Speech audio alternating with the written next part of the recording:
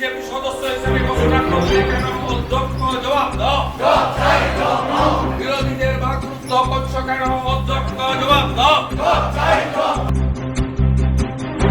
স্পিকারের বিরুদ্ধে অনাস্থা প্রকাশ বিজেপি পরিষদীয় দলের। রাজ্যের বিরোধী দলনেতা শুভেন্দু অধিকারীর নেতৃত্বে 50 জন বিজেপি বিধায়ক সচিবের কাছে গিয়ে স্পিকারের বিরুদ্ধে অনাস্থা প্রস্তাব জমা দেন আজ। অধ্যক্ষের বিরুদ্ধে এই রাজ্যের গুরুত্বপূর্ণ ইস্যুতে বিরোধীদের বলার সুযোগ নেই কেন জবাব চাই, জবাব দাও। তাই তো আমরা ভারতীয় জনতা পার্টির পক্ষ থেকে অধ্যক্ষের অপসারণের অনাস্থা আনবো।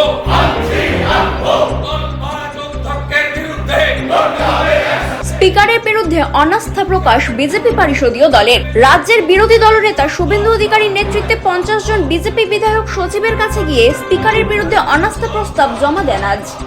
তুলে ধরবো আমরা সেই চিত্র আপনাদের সামনে ডেইলি নিউজের পর্দায়।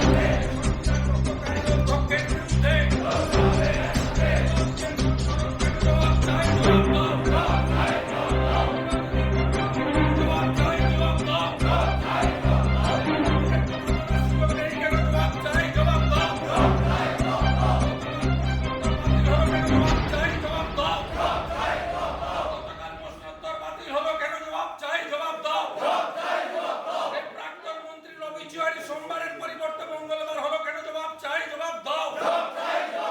এই রাজ্যপালকে অপমানকারী অধ্যক্ষের বিরুদ্ধে এই সংবিধান ভঙ্গকারী অধ্যক্ষের বিরুদ্ধে এই দলবাজ অধ্যক্ষের বিরুদ্ধে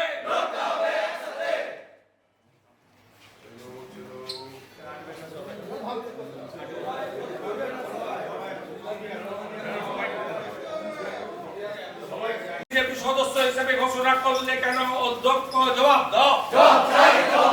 বিরোধীদের বাকরুদ্ধ করছো কেন অধ্যক্ষ জবাব দাও। বিরোধীদের কথা বলার সুযোগ নেই কেন অধ্যক্ষ জবাব দাও। অবিলম্বে অধ্যক্ষকে বরখাস্ত করতে হবে।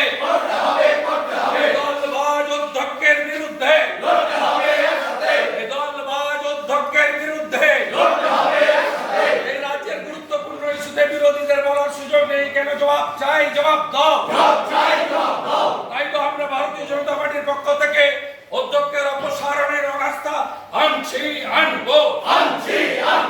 দলবাজ অধ্যক্ষের বিরুদ্ধে পাবলিক অ্যাকাউন্টস কমিটির চেয়ারম্যান তৃণমূলের এমএলএ কেন জবাব চাই, জবাব দাও।